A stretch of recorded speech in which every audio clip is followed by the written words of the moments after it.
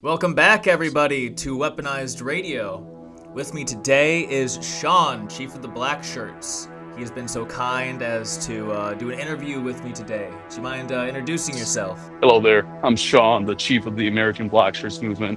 It's a pleasure to be on here. Remind me, because again, I'm not the best on following party politics. Didn't you guys go as like the Reformists for a while, or was that a different group? That was a completely different group. The American Blackshirts Movement is a group that started particularly in October of 2023. That has no direct continuation to any other groups. What we're doing is we're an explicitly fascist group. We do not care about subtle optics. We don't care about lying to our audience. We don't care about whether our audience perceives us this way or that way.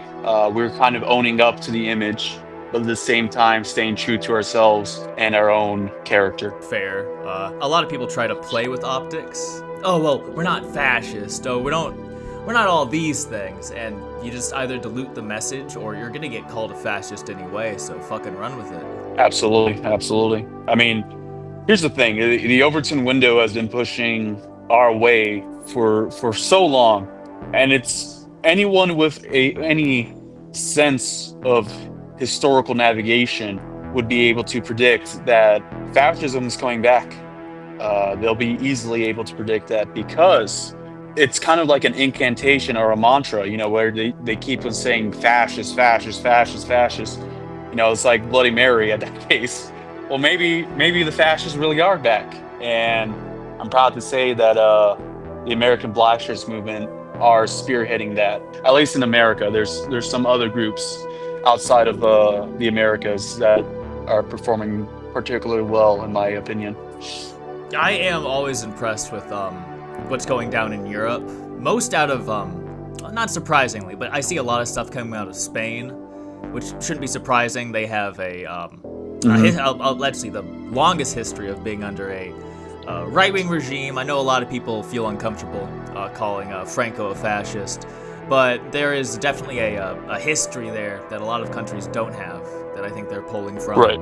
I will want to say another identifier, a group that is kind of going in the same spirit of this blacked out fascist aesthetic, particularly in Spain, is the National Nucleus. Are you familiar with this group? I believe I am. That's the Yes. They got that logo. It's like they got the N on it, right? With the cross, that is Yep, correct. yep. So what's interesting about them is they don't play the optics games as well. They openly accept the fascist title. They are not hiding whether they're pro-Hitler or not. Very much more dynamic and energetic compared to their counterparts, in my opinion. We had a bit of a delay this morning because today there is today and yesterday there's a lot going on. We are recording this on the 14th. I'm probably going to have this out next weekend, or maybe this weekend if I get my shit together. A lot's been going on, both domestically and abroad. You have anything to say about the crazy last 2 days? I love the fireworks show, to say the very least. Everyone can agree, and this is like a great unifying thing. I joke about this because I have a few friends who are liberals who know where I stand and we still maintain a friendship. And I'll send like the memes of like, pro-Palestine people and anti-Semites when Israel gets hit by Iran. Like almost everyone's on the same page here, besides the most boot-looking conservatives. It is interesting, this how can I say this progressive fascist convergent evolution in this regard, mainly because despite us having different social values, in a way the small commonalities that we have still bind us together much more than what we have in common with the older generation, the boomers, who have been so indoctrinated with the pro-Israel propaganda. It's definitely a younger generation opinion. This is definitely on generational lines. At some point, the propaganda stopped working. What do you think? Well, Is the internet age that caused that, or do you think it's something else? it's interesting because as an amateur historian, I guess you can say, myself, I will notice that the revolutions of the early 1900s and the late 1800s were truthfully spread out by newspapers and the event of mass printing as well, where ideas can flow more freely and they're easily accessible. Mussolini had his Il Popolo d'Italia, Yeah. Il Popolo d'Italia, the people of Italy newspaper. He had that, and that was very much a critical piece of the puzzle. The information war right now is so important because right now nobody believes in anything. Right?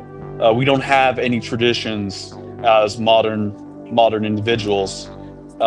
We don't have any institutions that are trustworthy. So the only thing that we can trust is the new information that is spoon-fed to us. I think that generation gap also plays into that. A few months ago, I tweeted, "Does anyone even go to the movie theaters anymore?" I can't. Like the last time I went to go see anything was with with a bunch of my old friends to go watch the Sonic movie because we were fucking Sonic nerds in high school. But like, besides going to see something ironically, I can't think of the last time I went to the movie theater. I don't have any desire to see anything new. I don't watch TV shows. Yeah, especially when movie theaters are just slop. Or sorry, the movies, they are slop, and then the movie theaters themselves are not competitively priced compared to the other methods of streaming. Yeah, do I drive long away from my house to go sit in a disgusting theater, and have some people fucking talking over the movie with shitty overpriced popcorn, or do I just want to pirate it and watch it at home for free? Absolutely. Speaking about shitty movie theaters, right? I remember I went to see Robert Edgar's Nosferatu, and there was a fucking a Jeet next to me, and he was spazzing out. He was like, for some reason, he kept on swirling around on a seat, so I just had to tell him to fucking stop it. He looked at me mad, but he stopped it because I'm quite a built guy. But yeah, that Jeez. was annoying as fuck. And I can only imagine having to I, be around Jeets at the movie theater. Like, black's already bad enough. yes. So I was with my friend, right? And my friend suggested, "Hey, you wanna sit over to the next seat?" Well, as much as I want to sit over to the next seat, I don't want to cede land to this foreign invader. But also, damn it, he smells. So it's one of those moral conundrums where do I just mog this G and suffer the smell, or do I just leave and let him take my aura, my sphere of territory? And I mean, that's really what it is. There's this endless amount of there's an instant endless conceding to these people. right. You see it semi-ironically from conservatives, and I've joked about it before. But like, oh yeah, we should let Mexico have California again. That could be their problem. Which I get the joke, like, oh wow, California is such a fucking drain on this society that we'd be better off without them. But simultaneously, we're not gonna fucking give that back to them. Oh yeah, absolutely Like, American not. blood was spilt for holding it. If we gotta clean up our own fucking mess, we'll do it. There's another caveat to this. A lot of people don't even know American or North American history in particular. The Mexicans can't even control their own damn country. Fun fact: when Texas was seceding, there were multiple Mexican states that were seceding at the same time as Texas. It wasn't just Texas, by itself There's also seceding. Sonora as well. Sonora. Yeah. And the Central American states, I'm not so sure if they seceded like at the exact same time, but it was pretty much like in the same decade, I believe. And yeah, Mexico can't even control its own damn country. I mean, how the hell are they going to administer one of the biggest economies in the world, which is California? Yeah, how are they going to administer a state with the economy of Russia? Yep. They couldn't, and they wouldn't be able to, and it'd descend very quickly, which would be fun to watch, but it is the principle of letting it go. It's very funny coming from these people. They're so anti-colonial. Oh, I'm a colonizer. I should feel bad forever. But simultaneously, the Mexican colonization of things. Okay, that's valid. They were there first. Yeah. Mexico is literally just as much of a colonial entity as America and Canada. And It's just because they're brown, suddenly they're not indigenous. They are more indigenous, but that's because of the conquistadors' prevalence for not bringing their own women over. what's interesting as well, speaking about colonialism in Mexico, what is a very interesting history is that the Aztecs are not even native to the Mexican territory. Yeah, they're like They close were, related to like the Navajo, right? Like yeah, linguistically. they were like plains nomads that came from the contiguous United States of America, what would become the contiguous United States of America. They came from the north and settled down south, and then they immediately oppressed all the actual natives of Mexico, the pre-Columbian Mexico. And then, history's irony is, we see the Spaniards, well, not we, but Western millennial historians and Gen Xers would like to say that Spaniards came and just raped everyone and oppressed all the poor Mexicans. However, the Spaniards were welcomed almost immediately. I mean, there was some hiccups, with the I think it was like the Tarascans or one of those native tribes, but they buckled under helm, and all the natives that were being oppressed by the Aztecs, who were literally human sacrificing them, eventually sided with the actual foreigners, which was the Spaniards. We like to downplay it now, but the Aztec regime was like, if it wasn't like barbaric and old, it'd be seen as horribly despotic. It would have been seen as like a horrible dystopia. The Aztec Empire would wage fake, like, theatrical wars to gather sacrifices from their subjects. Mm-hmm. Like rehearsed battles where they would drag people off and still sacrifice them.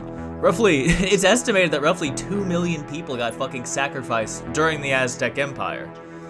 Which whatever, over a long span of time, what's 2 million people? Except for the Aztecs were like less than roughly 100 years old. They weren't exactly a long-lasting empire. They kind of just got there. Yeah, that's true. I mean, there's evidence of Mayan child sacrifice as well. True, yeah, it's not even Central including the American. Aztecs. Yeah, it's kind of a Mesoamerican habit in general. What is also interesting to note about the Mexican history as well is it's like the Mexican flag is obviously a play on the Aztec pagan roots of Mexico, which ironically enough, that's the opposite reason why Mexico was founded. It was founded in this, in contrast to the Aztecs. And Mexico, even as a title itself, wasn't even the proper name for the land. It was actually all these decisions for what will become modern Mexico were decided by liberal Freemasons. And what I think is even more ironic, right? What was that one Austro-Hungarian prince, or maybe an Austrian prince, was like, yeah, he was a way better ruler of Mexico. And what a coincidence in history. The United States government didn't like a Catholic ruler that was semi-progressive, that was literally trying to make Mexico into a European-style power on the border. And what a coincidence, Benito Juarez, who was on the losing side of history at that point, suddenly got a bunch of guns that were dropped on the border between the United States and Mexico, and then suddenly just came back with a one-up and smashed everything that the Europeans were standing for. What a coinky dink. That's never happened again in history. No, never. We would never do Ironic, that. by the way. We'd never overthrow South American regimes. That never happens. Not to get too far off topic, back to today's events. Depending on where you are in the country, a few hours from time of recording is when the No Kings protest is supposed to start in earnest. That's correct. The No Kings protest, I believe, already started in multiple places. Because from the picture you sent to me, I only saw boomers, so maybe liberal Gen Z hasn't woken up this early yet. But so it's like a mix of boomers, Gen Xers, and some mid Gen Z chicks. I cannot wait for this to just be a big old to be a big nothing, to be like a big old wet fart, and This day of resistance is just going to be some people standing around. These protests and riots always happen in history, but I am hoping something happens at the very least. I'm sure like a Nike store might get looted, like that's guaranteed. But I feel the vibe today. Normally I'm always everything happens, but I feel like nothing's gonna happen today. In regards to the protest, correct? Yes, just the protests in that regard. I don't think they're gonna engage with cops. I don't think there's gonna be a great an escalation.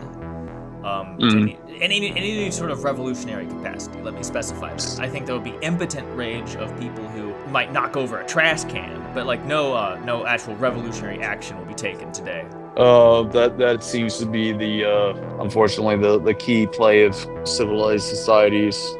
Civilized with air quotes, of course. I do wonder though, with all the factors happening with the riots in LA and the strikes that are happening in Middle East, with the back and forth between Israel and Iran, I do wonder how much chaos can go further before something does happen. Around the time of 2020 is where my opinion changed on this. But early 2010s, one of the big things for most fascist was, hey, we need to knuckle down, prepare the next generation to continue the fight, but this might not happen in our lifetime. And that just was the attitude of everyone, which is reasonable because that's how it was with Rockwell, and that's how it was with the generations before. But now, this might happen in our lifetime. This might happen within the next 5 years. Things are going a lot quicker than I expected.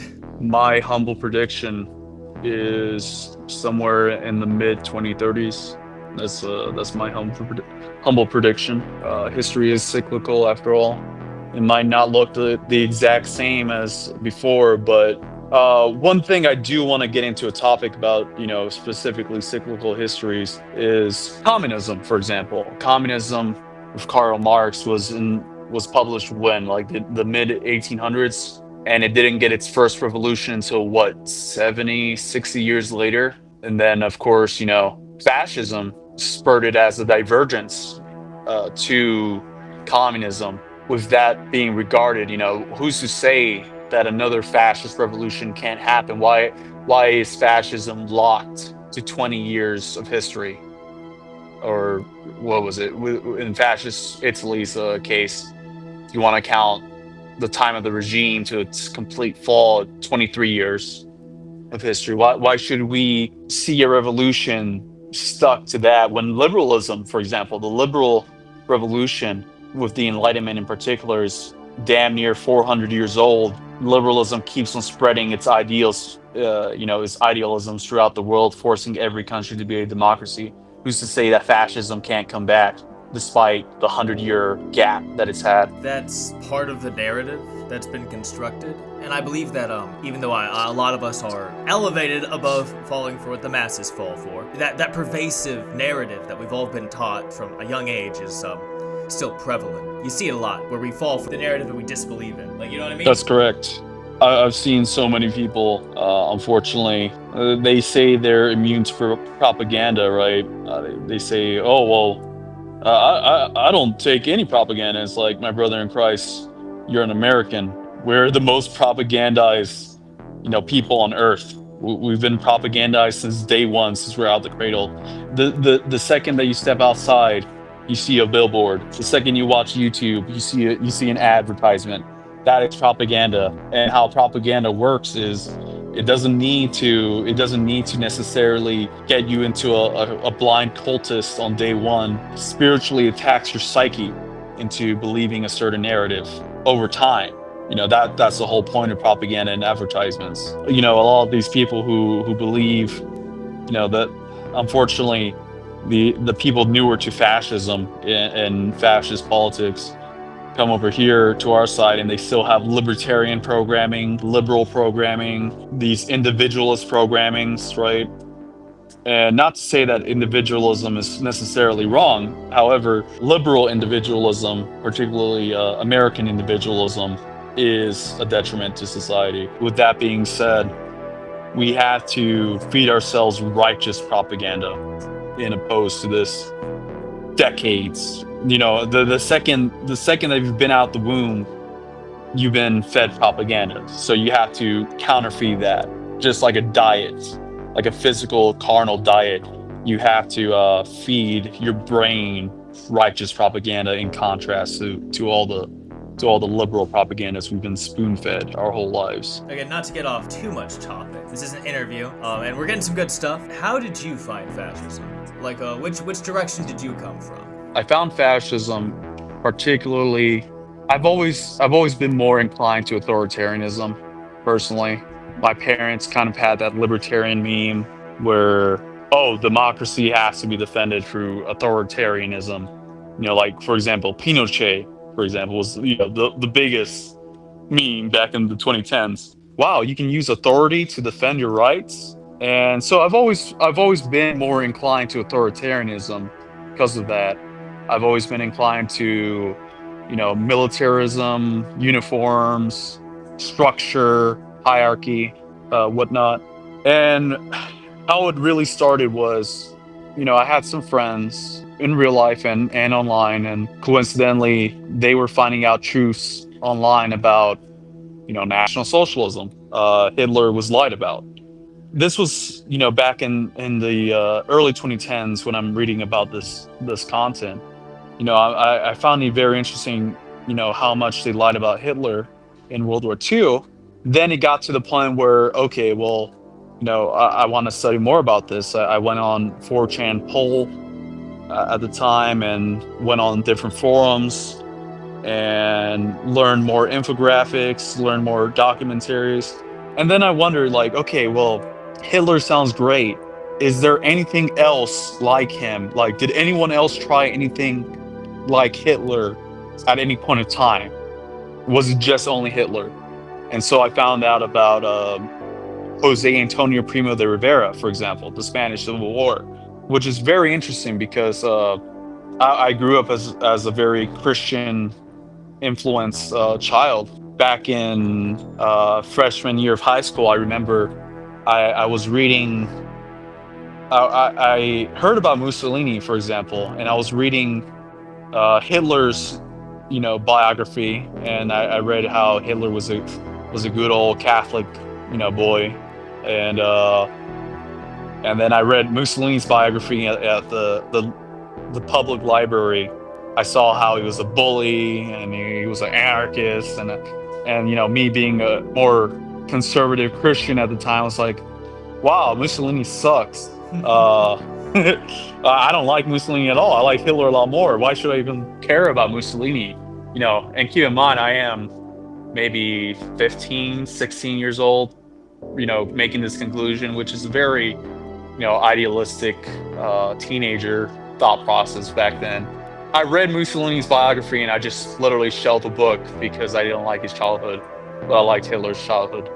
It's very closed-minded in hindsight.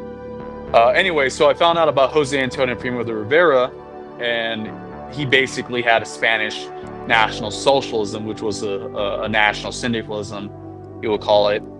And I read about his biography, and then I kept on reading that. He kept on mentioning fascism, and he was more inspired by Mussolini than Hitler. And I'm interested because I was fed the propaganda in school time propaganda where it's like, oh well, Mussolini was just Hitler's sidekick.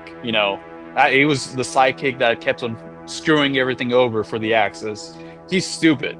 Why should I even give a shit about Mussolini? Because he completely destroyed the Axis, which is World War II propaganda. That obviously, if they lied about Hitler, they might have lied about Mussolini also, right? With that being said, I dove more into Mussolini back in the late 2010s. I was studying just the movement in general, starting with the fascists, the actual fascists, studying Mussolini, studying Marinetti, studying Balbo. So it's a very interesting workaround. And then I found out about Codrianu after Mussolini, or at least I studied him more after Mussolini. I found out that Mussolini was not as bad as my previous conceptions of him were, where he actually did make the first constitutionally Christian state pro-Christian state in general. He made many treaties to bring religious studies and the crucifix back in school, which is completely, opposed to all the propaganda where they were just saying that, fascism is the worship of the state and that's it. It's a completely materialistic ideology according to,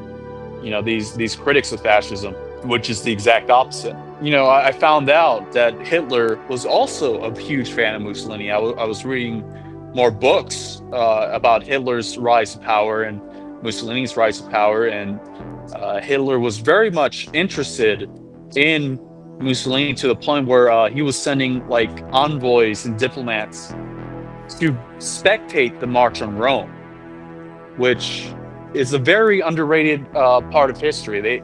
A lot of, especially today, National Socialists, purists today just completely disregard Italian fascism, which Italian fascism is the original worldview, which Hitler himself said that Mussolini created the worldview. Now, I'm not saying Italian fascism is necessarily the best. However, it is like the cornerstone to this whole worldview. Without it, we wouldn't get National Socialism as we know it today. And more likely than not, National Socialism wouldn't have won in Germany, particularly because Hitler himself said that without the black shirt, there would surely be no brown shirt, because the events in Italy gave us providence to succeed in Germany. That is definitely something that's quite ignored by a lot of people. Most people probably couldn't identify the March on Rome. It was deeply sad, because that was one of the most, I don't want to say Machiavellian, but it was one of the most Machiavellian moves that could have happened. Comparing it was a genius political act.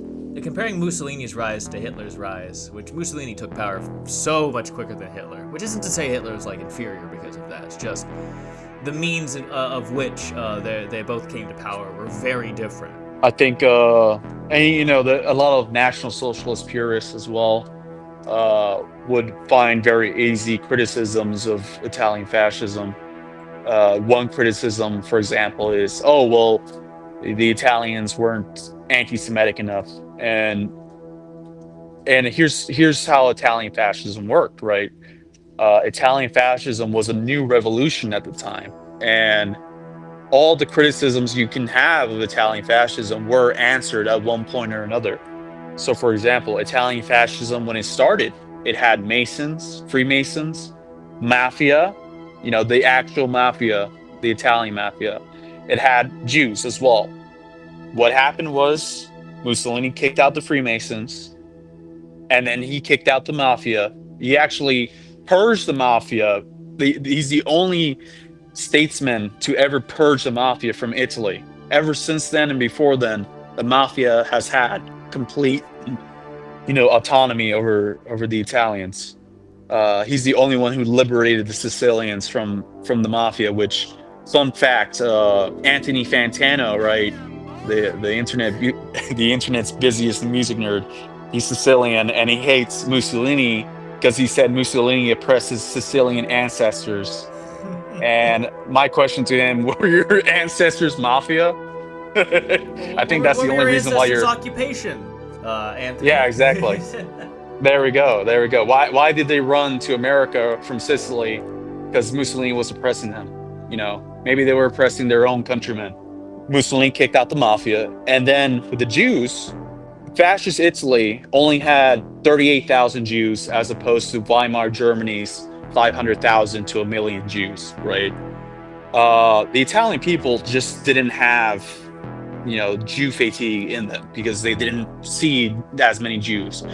And another thing to note, historically speaking, Mussolini was always identifying the Jewish problem since 1919, actually, when he was a fresh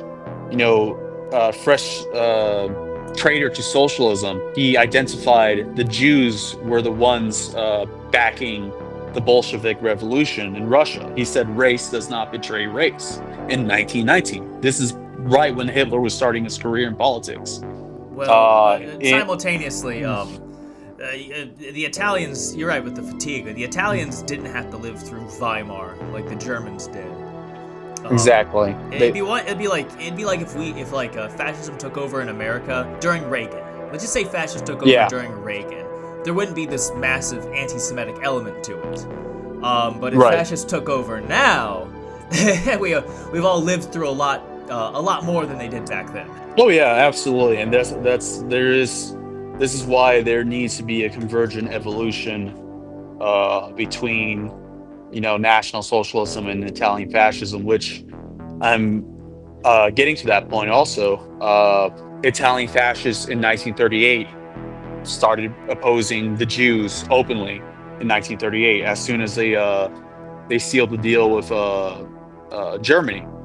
And so all the criticisms, you had of fascists, not you, but in particular, but the Natsok purists and the new school Natsoks. I know the older school guys, the ones who from like the 2000s and maybe early 2010 Natsoks will know the particularities, but the ones who are influenced from Twitter, who literally became Natsoks because of a TikTok meme or a Twitter meme, those guys won't understand what the fascist revolution in Italy was like, and it pretty much hit all the boxes.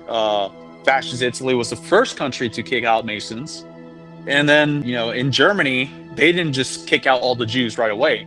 Also, and they weren't perfect from the very start as well. However, they were definitely superior to our current state of government by a long shot. No doubt about that.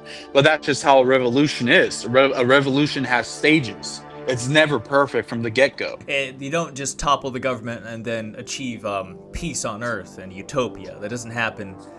Well, utopia doesn't happen, but that's definitely not going to happen day one. Tell me about your organization. The American Blackshirts Movement is a amalgamation of the fascist movement as a whole. We are not in one particular branch of fascism, which a lot of our critics and spectators like to incorrectly state we are Italian fascists, which we are not. We're absolutely not Italian fascists. However, we do not shy away from Italian fascism, unlike certain other groups, right? What we do in particular is particularly under my direction, I like to use history as a guidebook. I like to observe and see what these different movements have to offer. The legionnaires in Romania, the fascists in Italy, the phalangists in Spain, the National Socialists in Germany, the Black Shirts of Britain. Why should I necessarily pick and choose one over the other when America is so dynamic? I know that not one in particular is going to be effective in America.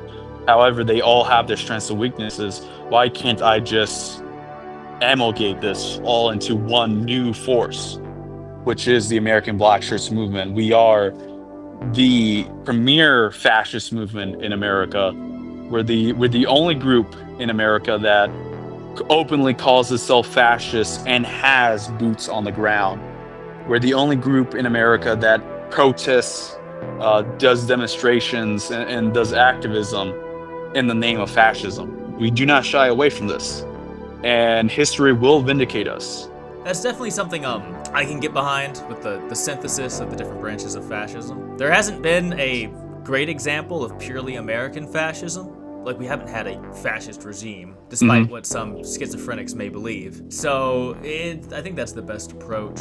I find the whole movement interesting because, especially the American movement in particular, where Americanism has been tried and tried again.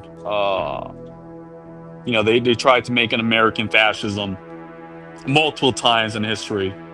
And the Silver Legion was the best attempt at it, and it was to the point where the Silver Legion still has its legacy to this day. There's some groups that can descendants of Silver Legion members.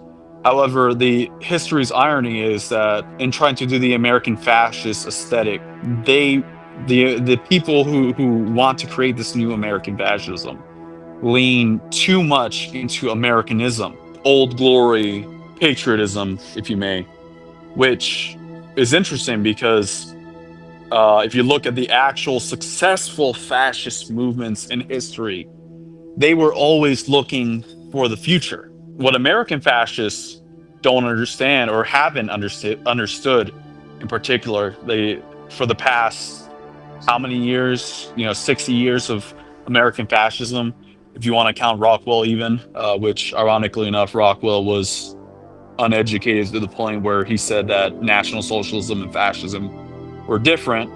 And don't get me wrong, Rockwell is definitely a revolutionary figure. He was a I prefer him over his contemporaries at the time.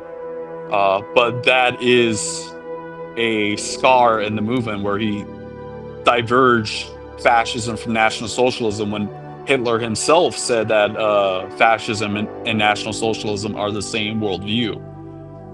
With that being said, this whole wanting to blanket code everything under an American flag is completely contradictory to the fascist movements of Europe, the successful ones in particular. Germany, for example, one thing about National Socialist Germany, which most people, I would say, in the movement now would consider themselves Nazis, as opposed to just fascists in general. But what those new Nazis don't understand is that National Socialist Germany, which even in Mein Kampf Volume 2, it stated that they do not fly the old flag of Germany for a reason. They flew the party flag. They flew the party flag because that's the future of Germany. They weren't looking back into the past and trying to, just be a reactionary movement. These movements, including, from fascist Italy to National Socialist Germany, these movements were dynamic, looking to the future, and that's why they were successful. Even to the point of Primo de Rivera's Falange movement, he was also looking to the future. He did not want to return to the Spanish monarchy. Same with Hitler, and even Mussolini was a Republican, not in the American sense, but in the Roman sense, a Republican. That being said, that's the flaw of American fascists, is that they look and try to just drape fascism with an American flag, and that people don't give a shit about that, honestly. Trump's done that. Fucking Biden's done that. All the presidents have done that. The libertarians have done that. Hell, even the communists are doing that. I don't know if you know about the new Communist Party, the American Communist Party, I believe it's called. They're trying to do this whole American patriot, Americanism and patriotism aesthetic. Even they are trying to do this. So what this really shows is that the old aesthetic of America is null and void, because how life works is the more something is used, the less, the less it becomes valuable, I guess you can say. And unfortunately, Americanism has lost its value through time, and that's why we need to create a whole new aesthetic. That's why in the black shirts, more and more recently, you're seeing no American flags. You're seeing no old flags, because we are following in the footsteps of those who were successful in trying to create a new national idea, a new beautiful idea worth fighting for. It's interesting seeing all the new takes people have. People are just drowning in nostalgia. Yeah. I don't know if it was the last episode I did, but we talked about how I think nostalgia, well, it used to be considered a mental illness, and I think that's incredibly valid. I agree with that as well. These people just love looking at old photos and thinking that you can just return the world to how it was.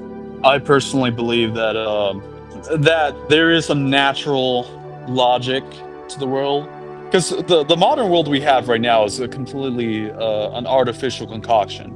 It is completely enforced by the state and, of course, the Zionist occupied government as well. With that being said, what we see outside today is merely a state-enforced hellhole. And with that being regarded, I believe that all these social programs that promote this type of government, as long as they are controlled and deleted, if you may, if these programs that were enforcing it were deleted, I do believe America will go back to a healthier society.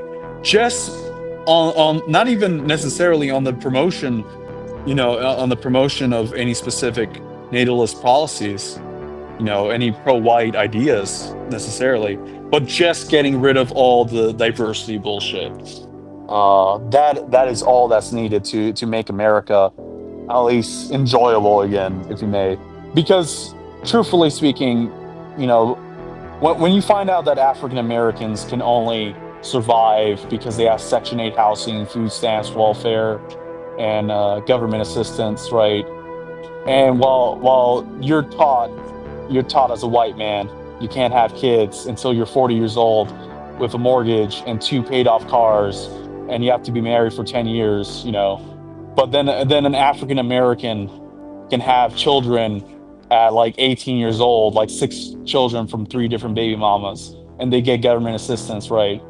Maybe that's because the system is trying to promote a certain people over another. With that being said, all we have to do is just level the playing field, and I guarantee you, America will go back to a much more memorable time, if you may. Being that your group is more of, I don't mean to be demeaning when I say big tent. In fact, I think that's in your favor. Where does your organization sit economically? Are more of a corporatist lookout, more of a national syndicalist, more of a national socialist, or is it the unimportant afterthought to be worried about when power is actually attained? It's funny because we do actually have an economic stance on our website. And ironically enough, some of the most dedicated members of my group have never read that portion of the website. Literally, we have guys who would travel like half the country, and then we would talk about economics, and then they'd be like, "Oh, what's our economic policy again?" And it's like, "Oh, when I signed up to join, I didn't actually read anything about our economic policy." And it's like, as a idealist, right, we have to know what exactly we're fighting for. And so I am fighting for a more corporatist model. Now, here's the thing about corporatism, which, ironically enough, I've had one of, I've had a guy, say, oh, corporatism is just, the rule of corporations. And unfortunately, that's where also propaganda comes in. And they lied about fascism, they lied about Hitler, they lied about National Socialism. They also lied about corporatism. Corporatism doesn't mean the rule of corporations in the American sense. Corporatism means like the Latin sense, with the root word corpus, meaning body. So corporatism, it also corporazioni in Italian, literally translates to guilds in English. It's more appropriately called the guild system, but its modern term is called corporatism. So this guild system, corporatism, is something I find very interesting. When I was studying Mussolini, I was also studying corporatist economics. And what's interesting is that even though many countries were not necessarily fascist, right, many countries did still adopt corporatism. Granted, they nationalized it to their own version of corporatism. Fascist Italy had the most successful version of corporatism, in my opinion, my personal opinion, because it's one of the only economies to withstand the brunt of the Great Depression. Completely withstood it. Going back to the Nassau purists as well, they say, "Oh well, Hitler's economy withstood the Great Depression." Hitler won by the time the Great Depression was like already over, and actually, Hitler lost votes because the Great Depression was ending. He plateaued for a time, but he came back up, of course, because he didn't stop fighting just because people. And that's another thing about movement history is that there's going to be people supporting you. There's going to be a lot of people supporting you at one point, and there's going to be people not supporting you at the next point. People shitting on you, people talking rumors, people talking smack, trash, garbage, libel, slander at the next point. And then the next season comes back and everyone loves you all of a sudden. That's how history works. Anyways, back to fascist Italy. All the economies of the world copied or took, all the major economies at least, they studied fascist corporatist economics and brought it back home and repackaged it. Portugal is probably the most successful corporatist economy next to fascist Italy with Salazar. While Salazar was not a fascist at all, and he in fact repressed the Portuguese fascists.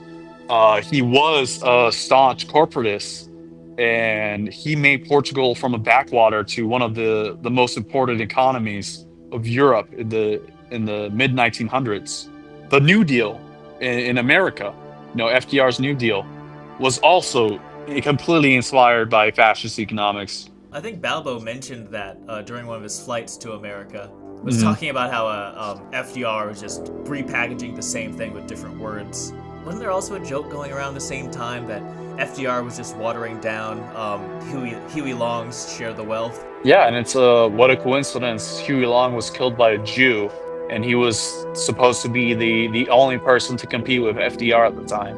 But anyways, corporatism has been used, even for example, Singapore. Probably Singapore is the most famous modern, postmodern example, if you may, of corporatism. They were literally a third world country colonized by Great Britain with no natural resources at all, zero natural resources, a small island, and they became one of the top educated economies of all the world, one of the safest places in all of the world, and one of the best economies in all of the world, and they were corporatists as well. That was Singapore. There's a whole nother rabbit hole down there with their leader Lee Kuan Yew, who was inspired by the BUF and also Mosley as well. Well, I mean, And if you ever looked at the symbol of the People's Action Party, it's not Yep. even subtly different from the from the British Union of Fascists. Keep in mind, when Lee Kuan Yew was educated in England, he would have probably encountered the British Union of Fascists in real life. He probably at least saw their propaganda. I don't know too much about that portion of his life, but what I do know is that there would have been some overlap with him witnessing their style of propaganda, with him being educated in the United Kingdom. So yes, corporatism, particularly tripartite corporatism, tripartite meaning three parts: the state, the laborers, and the managers. That is tripartite corporatism. That is something that I am standing for economically, where there's supposed to be class cooperation. And here's the thing about class cooperation. I completely understand that class cooperation is not something that's going to be done when we're campaigning or we're doing activism. We're not going to preach class cooperation. Why? Because honestly, the bourgeois class, being controlled by the you-know-whos, do not want class cooperation. In a blessed timeline where our guys are in power, we will have class cooperation, but only at that point. Beforehand, there's going to be class conflict if the bourgeois class wants it, of course, which unfortunately they do. And while class conflict is a detriment to society, it is a reality of society as well. And but yeah, that is our idealism. We want class cooperation as well. Obviously, Mhm. there's no fascist in higher levels in the United States. Mhm. Again, despite what some schizophrenics may believe, you can't have $1 million and be a fascist. You will be fucking killed Mhm. or made destitute through the rumor mills or through some lawsuit or another. So it naturally does have it has a working class origin point because if you have money, you're on their side, and you're not going to get money if you're not on their side. So it has to by nature. From there, Yeah. what is obviously we have a working middle class appreciation.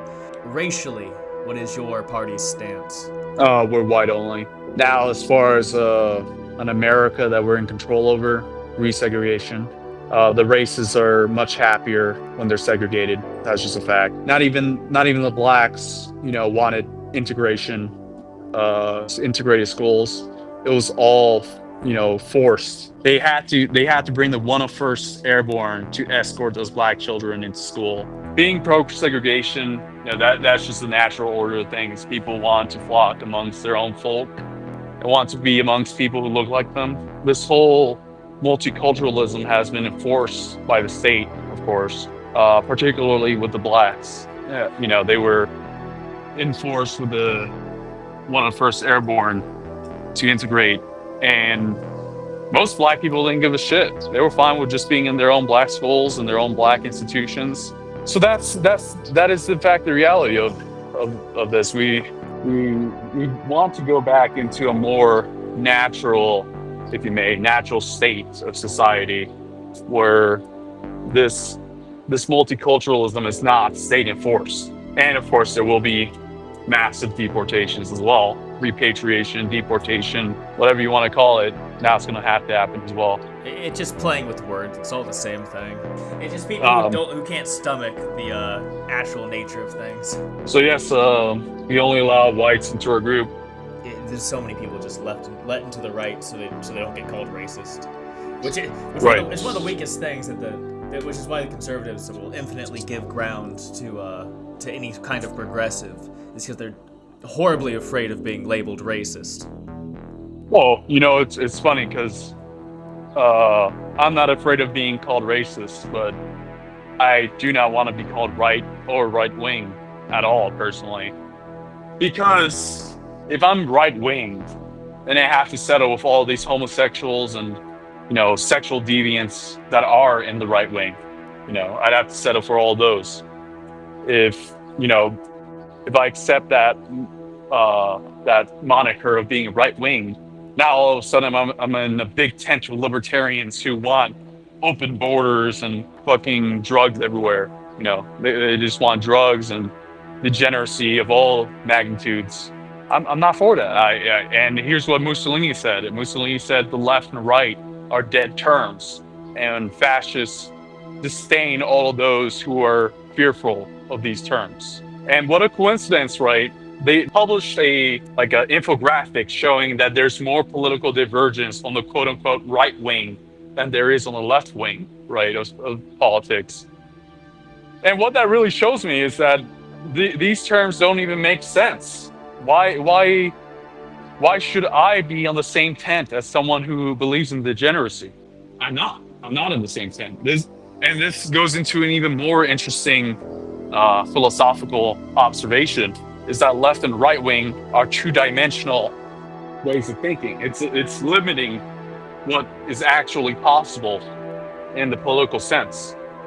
Same with the political compass. The political compass is also a horrible invention made for high school students, where internet fascists will get his political compass results, and it turns out he's authoritarian leftist. And it's like, oh, well, I'm not a leftist the whole time. I'm a right winger, I promise. I can't be leftist. And it's my brother in Christ.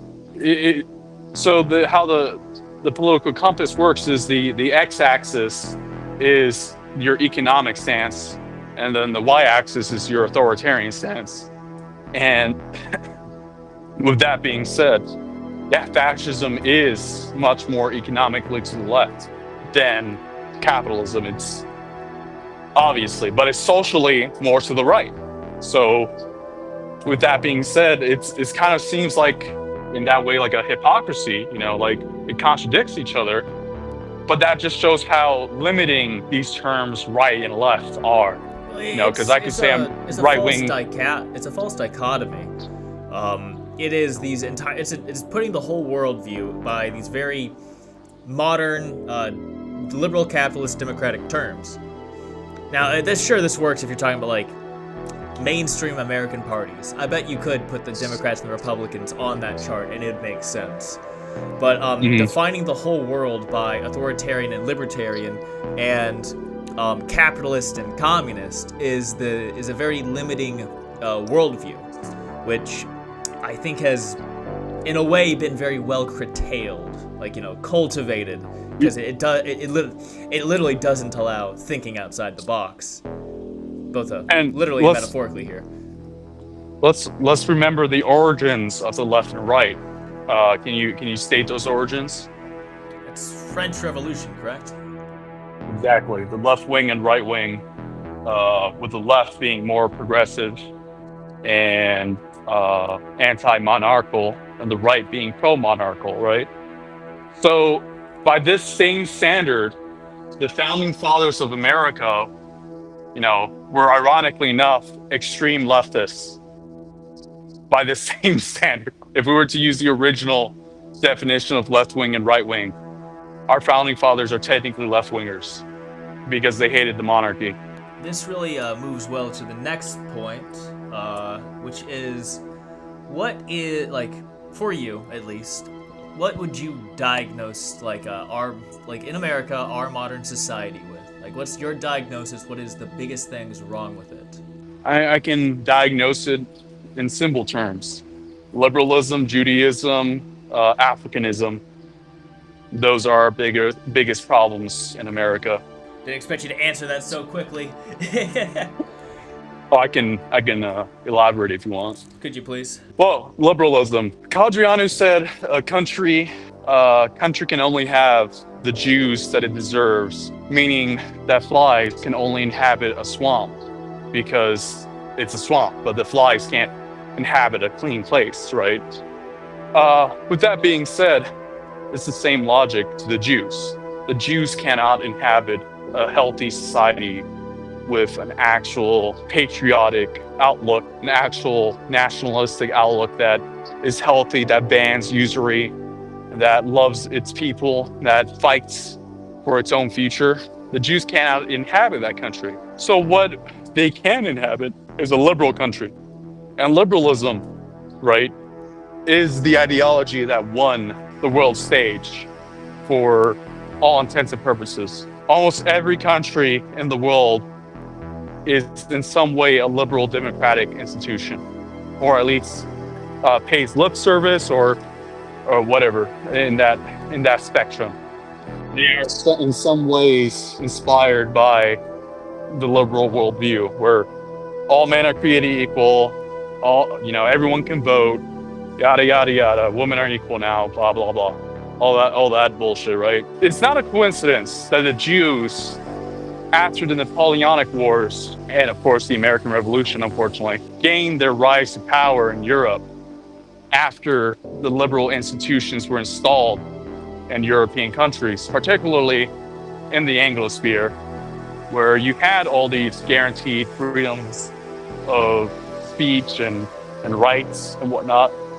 So that's where the Jews came into play and took advantage of all these loopholes and these liberal institutions, so that's the first two: liberalism and Judaism. And then we get to Africanism. The African Americans that came here, in particular, Africans, right, they are not a notable people. They have no high civilization. But the African Americans don't even have the smallest point of culture from the actual Africans, right? And don't get me wrong, I'm not saying Africans have, a high culture to begin with, but at least they had some type of tradition, some type of culture, if any, they have a primitive culture. If you take that in opposition, the African American has no culture. It's been divorced of its own native culture, ironically enough, and only allowed to show their deepest inclinations, which is, vices, hedonism, violence, just random violence, promiscuity, not building long term and whatnot. And what the Axis powers and leaders rightfully identify with Mussolini and Hitler, they rightfully identify that the American population is Africanized and Judaized. Our American population, literally, if they're Christian, Christian quote unquote, they're going to Kenneth Copeland's, Zionist church, where they believe they have to give all their money to Israel. That's horrible. So the white American doesn't even have the traditional European spirit, because now the high church of the old ages has been completely divorced from the spirituality of the white American. So the white American doesn't even have that spiritual connection to his ancestors. Now they only have a spiritual connection to the Jews. And then when it comes to culture, white Americans aren't allowed to, they aren't allowed to promote their own European heritage as long as it's not, Disneyfied. Or sorry, as long as it's Disneyfied, they're allowed to. Or even Disney, of course, making everything black and gay and shit like that. Not a coincidence, right? White Americans are promoted Africanized culture ever since the early 1900s, maybe even to the late 1800s. And the Africans, African Americans themselves don't even have a culture to begin with. So we're promoted a culture that's devoid of anything of substance. And we're taught that Europeans suck, that European history is boring. And no wonder we're like this, no wonder we're at this low point in life, because we're not taught history, proper history. The history of the world, the history of Europe, the history of our ancestors. Of course, we're at this down point because history has been lied to, and history has been omitted as well. There's a logic to this, of course. A people who has no reason to fight will not fight, and that is the white American for the most part, unfortunately. No, it is very true. I agree with the Africanization. I would put it in far less polite terms. I'd call it American worship. Yeah. But no, I absolutely. I agree with you in that extent, because it is revoltingly dominant of American culture. It's hard to I don't watch TV. We were talking about that earlier, but I don't watch TV. I don't go to the movies. So when I'm at work and there's like a TV on in the background, this is like the only ambient exposure I have to mass media is these fucking commercials. And every time it's some shitty fucking commercial with like rap music in the background for an unrelated product, a mixed race couple to sell cereal. It's insane what the average Joe is barraged with, and that's their expression of culture. Even in the bastardized culture the bastardized limited high culture that we are allowed to have, which I find in art museums, because unsurprisingly, the artist is a big art nerd. You go there, even in like a modern art museum, which is the bastardized high culture that we are even allowed to have. You go there and you still don't see black people, which is not a coincidence. Not a coincidence at all. Even you'll go to these modern art museums and there'll be like a whole section specifically for black creators, and you won't see a single black person in the whole damn museum. Right, with at least North American culture, because I consider Canada under the same. They're basically the same thing. Absolutely, there's no escaping the American vortex in that case. Rio Grande up to the Arctic is a cohesive culture that is only separated because back when America was expanding, we didn't conquer Canada, and now that we don't care about physically expanding, they exist in perpetuity. Not for long. I don't know if you've seen their immigration stats, but it's pretty fucking horrible. It is pretty gross. The day that Indians become majority in Canada, whew. They have actual like Sikh terrorists in their government. Oh yeah, I saw. And that's what pisses me off, honestly. What really enrages me is the lack of urgency that my compatriots have. Especially, the irony is that the more zealous comrades I have, the more zealous Blackshirts that I've encountered came from these more diverse places where they've seen this firsthand.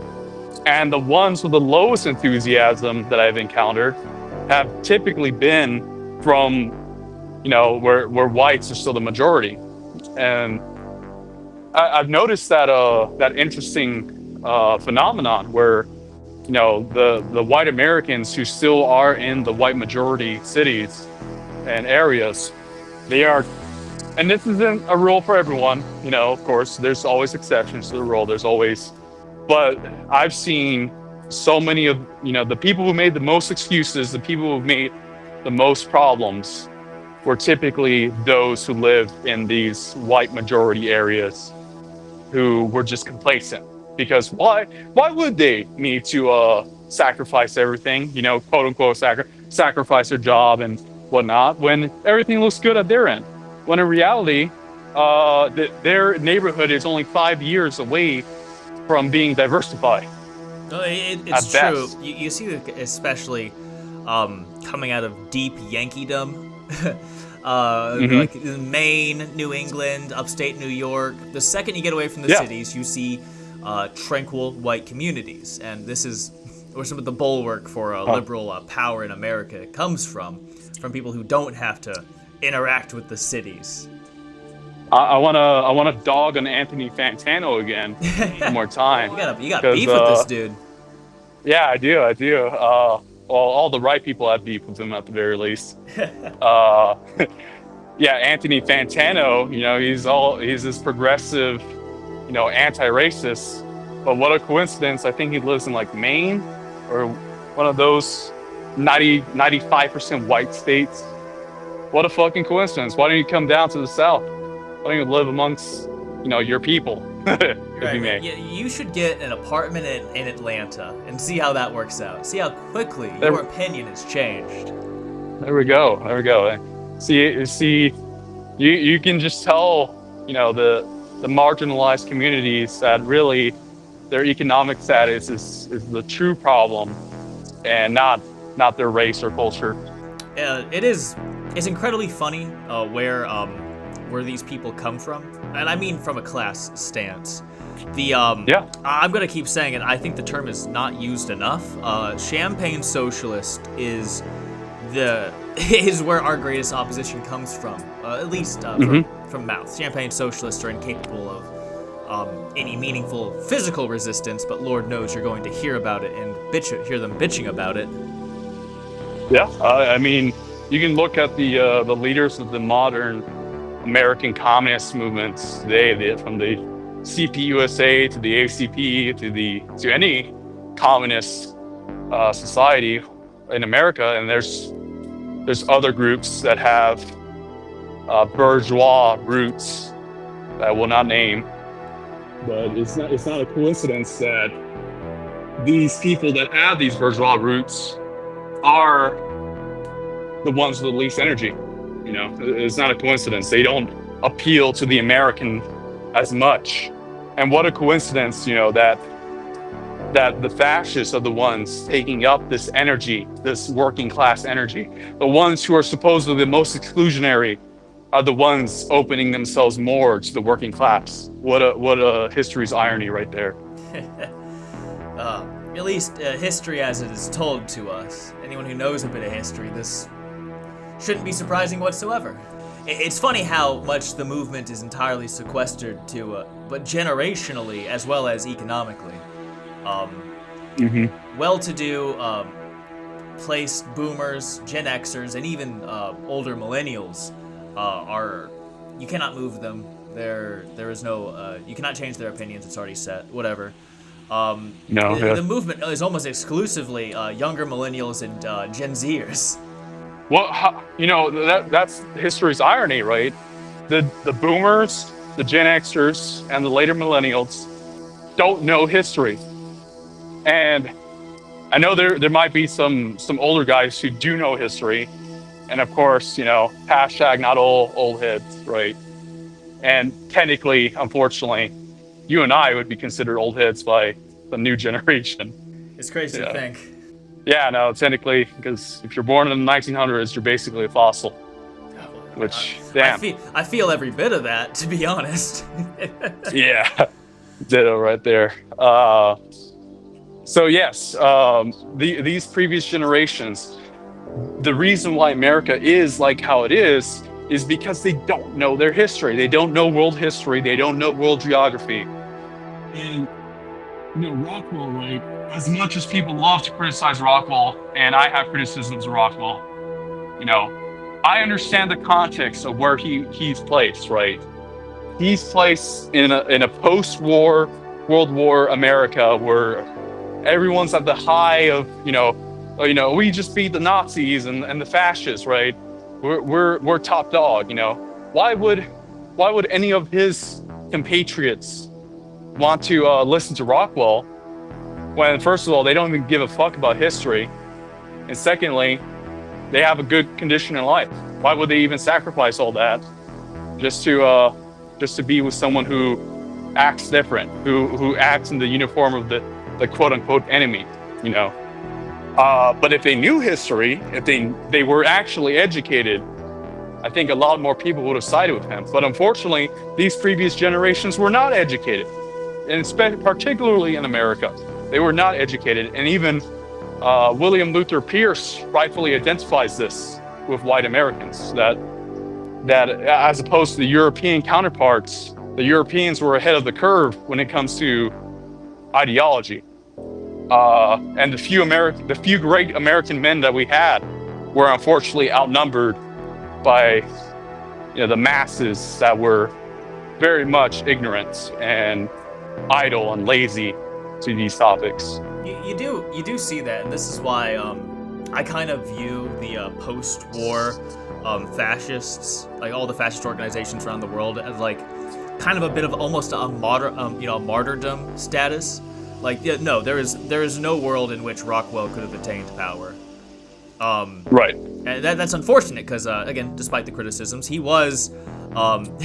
You gotta respect how he just said "fuck the optics" right. and walked around and called. He didn't even call himself a National Socialist. He said, "I'm an American Nazi." Like, you gotta fucking respect it.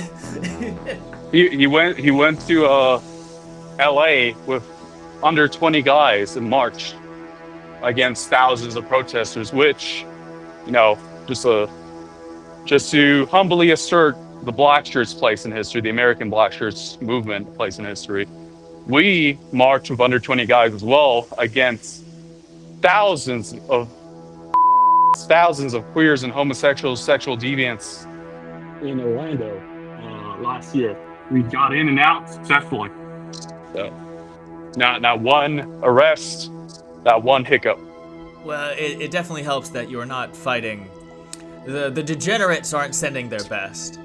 It is kind of a curse that fascists we have to have, and we're going to have until we win. Well, we will have to be a minority of quality men. We cannot be a naturally mass movement because of the propagandized masses, and that's how it was with every fascist movement, and we just have to accept that burden. Well, let me put this in generational Z terms, for example, right? Do you like playing an easy video game? Absolutely not. As a fascist, and a Gen Z fascist, I've always loved the challenge. I love the challenge. I love the thrill of knowing that my enemies are stronger than me. I actually love that thrill. Why is that important? Because you cannot be a fascist today without some magnitude of bravery. You cannot. And with that same logic, if you love a challenge, right? What's more challenging than being a modern fascist? Or a postmodern fascist, if you may.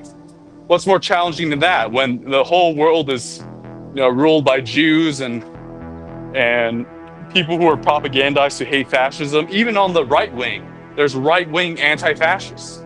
That's fucking ridiculous, but that's the truth. What's the most difficult challenge? Is being a fascist. I get so many criticisms. They're saying, "Oh, you'll never make fascism in America," and "Oh, you'll never be this ideology." Just because of one context, right? History works because of energy, because of dynamism, because of virile faith, of extremism, of love for your country, love for your people, love for all these great things, these great ideas. As another example, why does the West have to be liberal? And for example, what the hell does communism have to do with the Chinese? Communism was created by a German Jew, Karl Marx. What the fuck does that have to do with Confucius, right? And the Chinese are supposedly communists now. If it's about an ideology not fitting a culture, that is a defunct argument. Liberalism is completely against the original Western culture, for example. It's against the church, it's against feudalism, it's against monarchy, and yet it still won. So if we're talking about ideologies not being compatible with the culture, well, I hate to break it to you, that's not how history works. Even if fascism doesn't come to America, I'm still proud to know that I tried the hardest route instead of being like the rest of the lemmings who are running around like headless chickens without a destiny in their lives. Is there any closing statements that you would like? We're about hitting the 2-hour mark. Well, I thank you, Weaponized Goebbels, for hosting me. This has been a great conversation, and I hope for more conversations in the future.